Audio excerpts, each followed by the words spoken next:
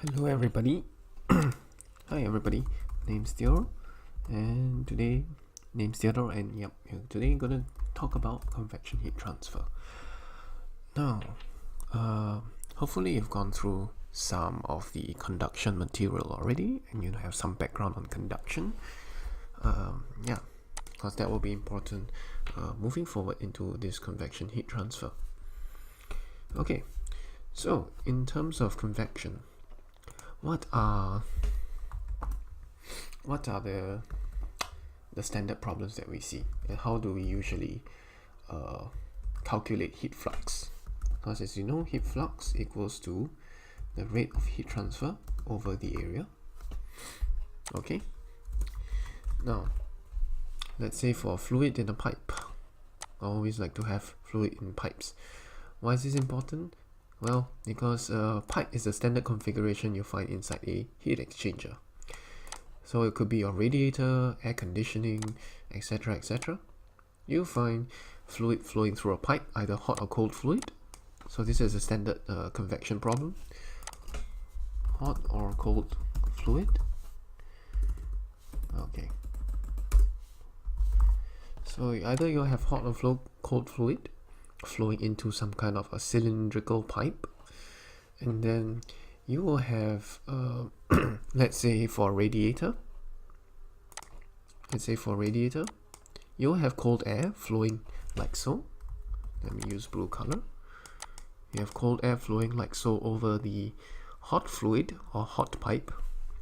Or for an air conditioner, you'll have for radiator you have cold fluid flowing over a hot pipe, and for air conditioner you have hot fluid flowing over a cold pipe. So within the pipe itself, let's zoom in on, let's say, this part. Okay, so if you have a cross section of a pipe, you have a nice surface down there, a pipe surface between your hot and cold fluid, and you'll have some fluid flowing through here, okay, with some velocity and some temperature. I'll call it the temperature of the fluid, and this temperature will have a temperature Ts, the surface temperature. Alright, so the standard way we represent the heat transfer between the fluid and the surface is we use this correlation. So the heat flux will be equals to some convective heat transfer coefficient, and then we multiply it by the difference between the temperature. So Tf minus Ts, right? So if the it could be the other way around as well. Okay, generally the relation is like this: H times delta T, where T is the temperature difference, delta T is the temperature difference between the hot and cold side. So if the fluid is hotter, then you have heat transfer into the plate, otherwise it's going the other way. Now this looks simple enough. The only problem is that how do we find this H? Right? Now the way we find this H is with several methods, and that introduces us to the whole study of convection. H, I'll just put delta T. Alright, so question is how to find H. Now, there are two main ways. One, we can do it analytically. Alright, that means you have something like the Navier-Stokes equations plus some energy equations. So you remember that in fluid mechanics you have this mass balance, right? you have a mass balance if for incompressible flow. Yeah, you should have taken fluid mechanics as well. That is very important for this. Yeah, so you have mass balance for incompressible flow, right? And then you have momentum balance. So for example, the x direction momentum balance will be like so. Rho d by dt u equals to what? Minus partial p partial x plus rho gx plus square. So you have a mu here,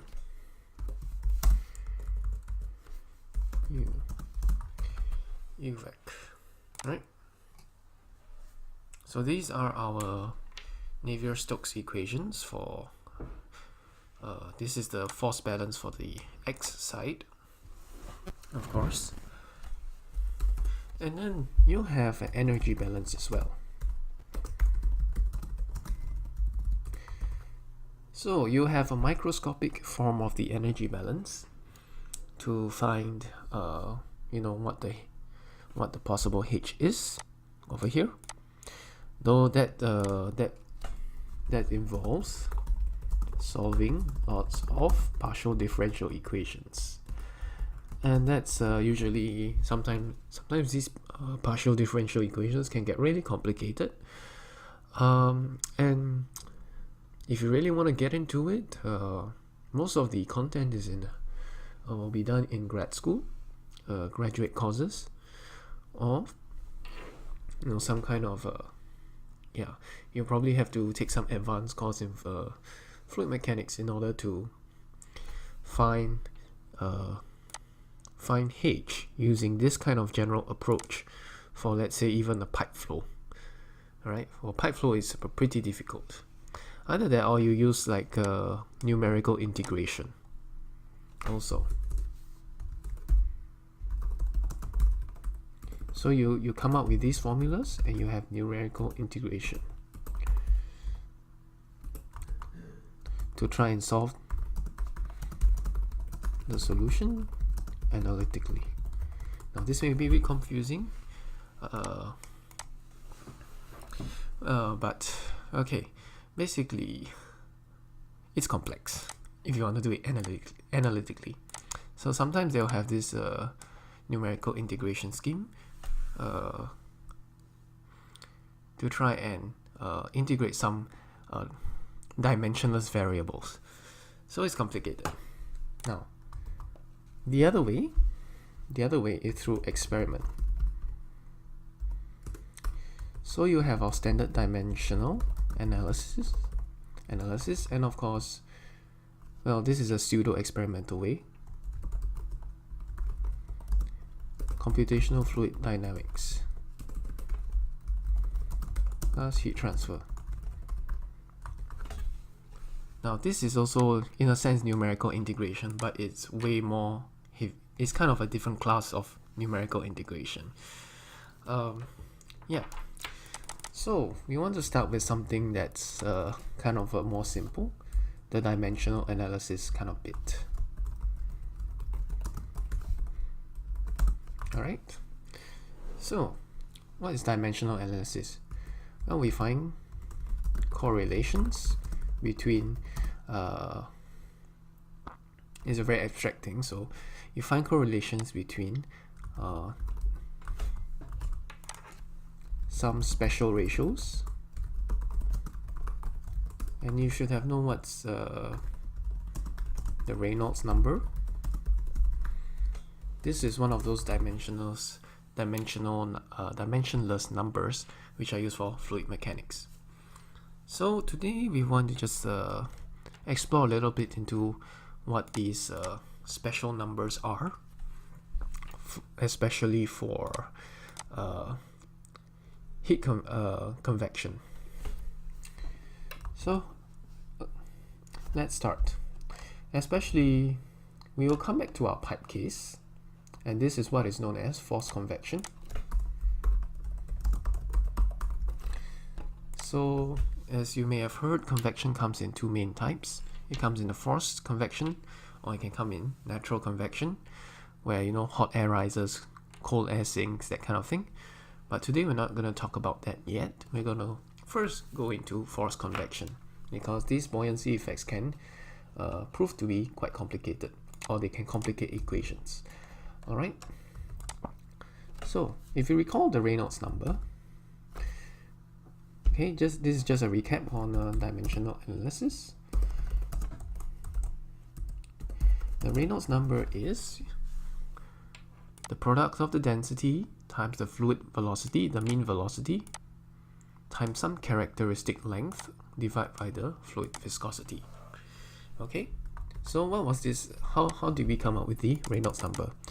We usually use this thing called the Buckingham pi theorem, and if you've seen before, that means taking the many kind of variables that we think affects fluid flow, and we group them together, we perform some analysis, and we pull out some dimensionless ratios. Okay, and Reynolds number was one of those ratios that came out as important, and that was used to, if you recall, plot some graph, let's say for the friction factor. So the graph would go something like this. You have the friction factor here, and you have the Reynolds number here. Alright, so the friction factor will go like this for the laminar flow, and then it will be something like this. So if you could find the Reynolds number, alright, if you could find the Reynolds number, you could find the friction factor just by reading it off the graph. And because, of course, calculating it will be quite a nightmare, so or you'll have to use lots of computational power. So what engineers have been doing is to come up with these kinds of graphs. Now, for heat transfer, we have something very similar as well. Okay, so let's introduce some of the numbers that are important for heat transfer, convection heat transfer, or rather forced convection heat transfer. Alright, first of course is the Reynolds number, and I'll try to explain each of these, the physical meaning of each of these. Alright, the Reynolds number is actually, in a sense, how chaotic or forceful a flow is. Alright, so you can, if you recall that with large Reynolds numbers, the flow becomes very turbulent, and well, let's use this brush. With a large Reynolds number, the flow becomes very turbulent, it mixes around a lot, and the flow becomes more and more chaotic. Why is that so? Because, well, in actual fact, the Reynolds number is like the ratio of the fluid, like momentum. This is something like a momentum, or they call it the inertial forces, to the viscous forces. So you have a ratio of the amount of force the fluid has in itself compared to the restraining forces. This is the viscous force, which kind of slows down the flow. This one and this one actually sort of tells you how much momentum that flow has. So this is the Reynolds number, which is important for one of the important parameters for heat transfer. The second number I want to introduce to you is called a Parental number. Okay, Parental number equals to nu divided by alpha. Now alpha you should have known from heat conduction, that is the thermal diffusivity, and this is the kinematic viscosity, nu. Alright, okay, so now it looks pretty abstract, but what is the meaning of a Parental number? Well, if we find what mu is, so mu is, we can decompose what mu and alpha is, and then we can find some sort of ratio to give us an intuitive sense of what parental number is. So mu over rho. Okay, so it's the dynamic viscosity divided by the density, and this is K over rho Cp. Alright, thermal diffusivity. Thermal conductivity divided by some sort of the heat capacity times the density. So we will end up with this mu Cp over K. So that's the parental number. We have some sort of a heat capacity times viscosity on top, and then the thermal conductivity at the bottom. Well, if you want to like think about it this way, a parental number is like, well, how insulating a fluid is. So you'll find that large parental numbers, you have things like oils, you have things like molten salt, and for low parental number, this is just something, a very crude way of remembering what a parental number is physically. So low parental number, you have things like liquid mercury or liquid metal, liquid sodium, lead, etc. So it's like yeah, for low parental number liquids, you find that they conduct heat very well without you having to mix them up very much. For large parental numbers, for oil, for example, you can have parental numbers as large as 10,000.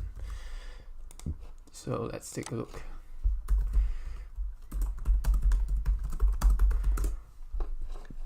So you just find some typical oil. See, 100,000 for heavy oils. So I'm just gonna copy and paste it here. Okay.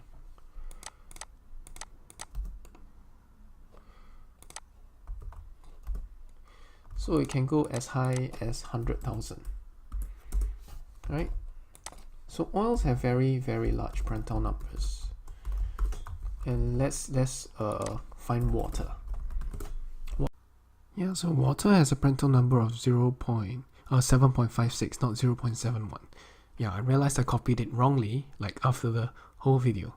So take note, 7.56. 7.56. What is liquid sodium?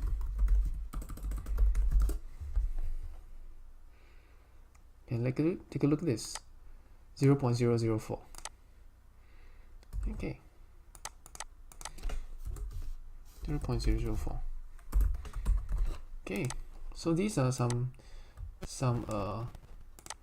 numbers we can look at just to get a feel of what a parental number is. All right. So we'll look at sodium.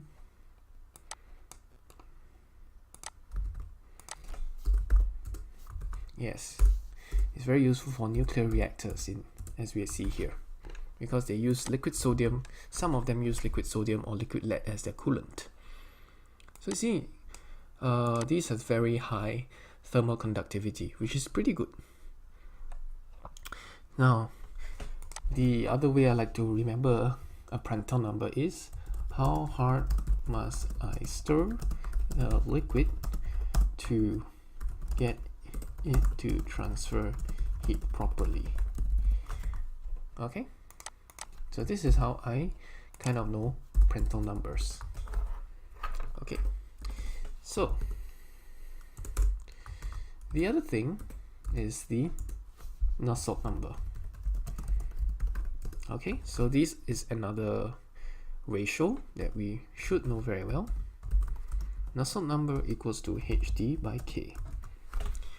Now remember, we were talking about the thermal heat transfer coefficient. This H is found in the Nusselt number.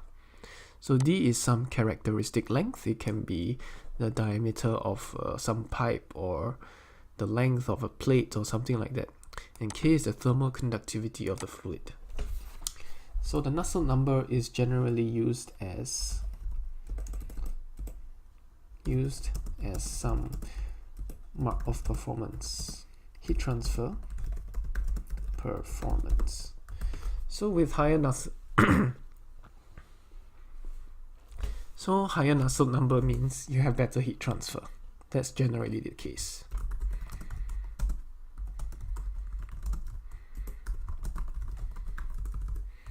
I mean, that's the most intuitive way you can think about a Nusselt number.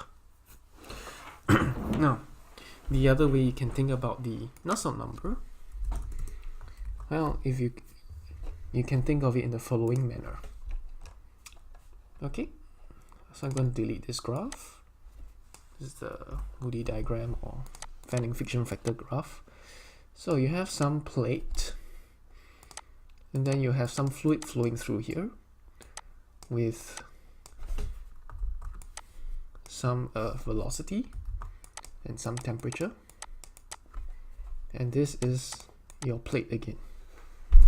Alright, so if it's conducting heat at the surface here, what is the rate at the heat being conducted? That will be Q equals to minus K partial T partial Y at Y equals to 0. So where's Y? Y is this axis. Okay. Alright. So, and what have we also expressed our heat transfer, heat flux as? We use this expression, Tf minus Ts. Right? So I'm going to copy all of this over.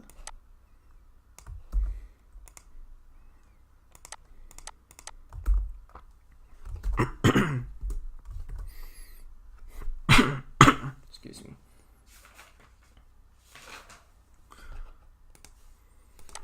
Yeah, so I'm going to put this 2 into an equation.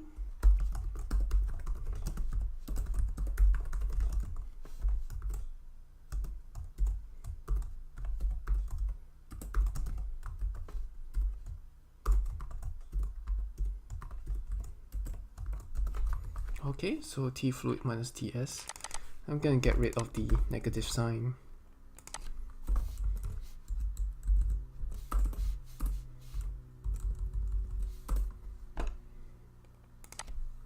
Okay, I'm going to swap it over so that we can get a Nusselt number from this correlation. Okay. H over K is here.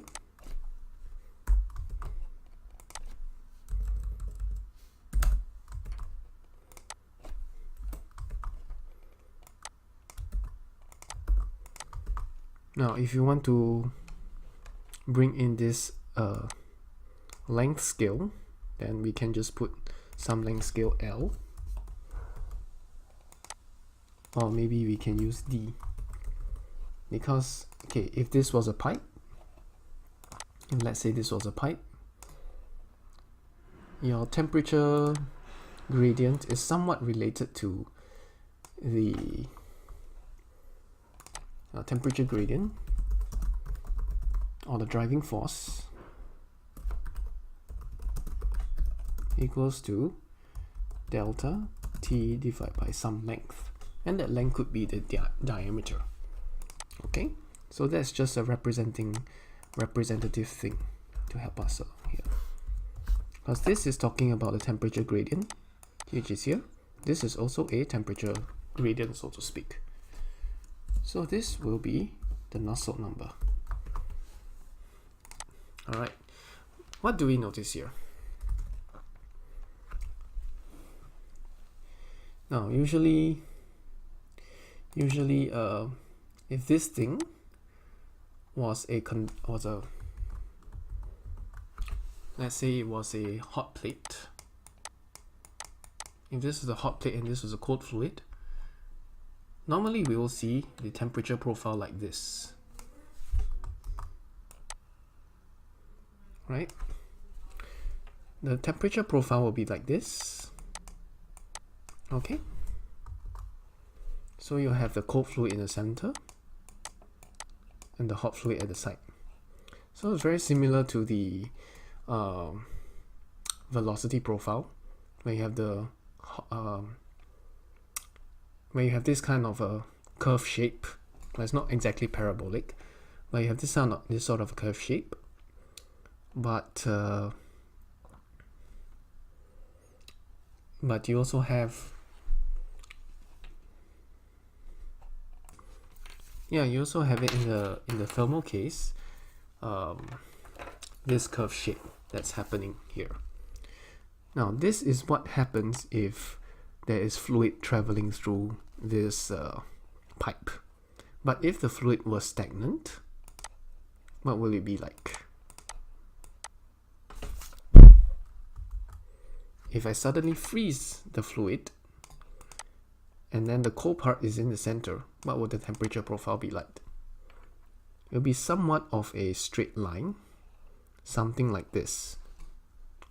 And it's not exactly like this, but if I froze the fluid, you might expect this kind of temperature profile if this pipe were like rectangular or something like that. Okay, but the temperature profile will be more straight than, let's say, this curvy profile if it was moving. And even more so if you have turbulent flow, then the temperature profile around the center will be quite chaotic. But if you have a average temperature profile, you have this kind of a shape where the bulk average temperature of the central part is much higher or much lower than, let's say, at the sides. Okay, but anyway, the point is that if I freeze the fluid, I'll have a very flat temperature gradient. And if I have a flat temperature gradient,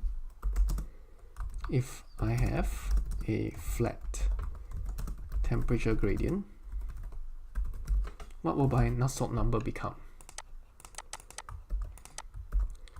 If I have a flat temperature gradient, I will just have this divided by this, and that will be equal to 1. Alright, so the gradient here is equals to this sort of a average gradient, so to speak. Okay, or maybe since we are using D in this case, it will be this over this will be 1. So I will just have a Nusselt number of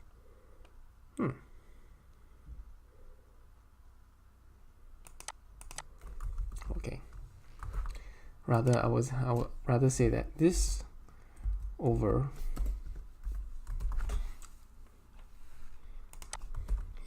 rather I would say that this temperature gradient at the side equals to this divided by R, so to speak.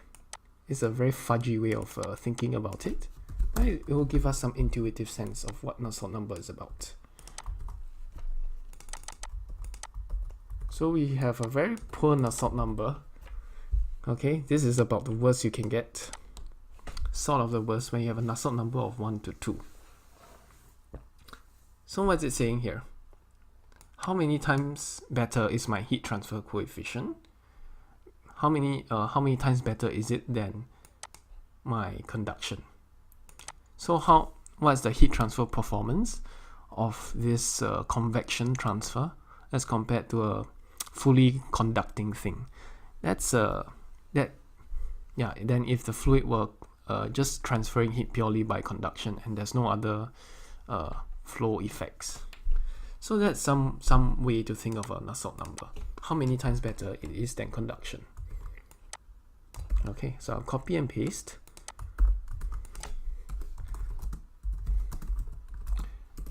times am I doing in conduction.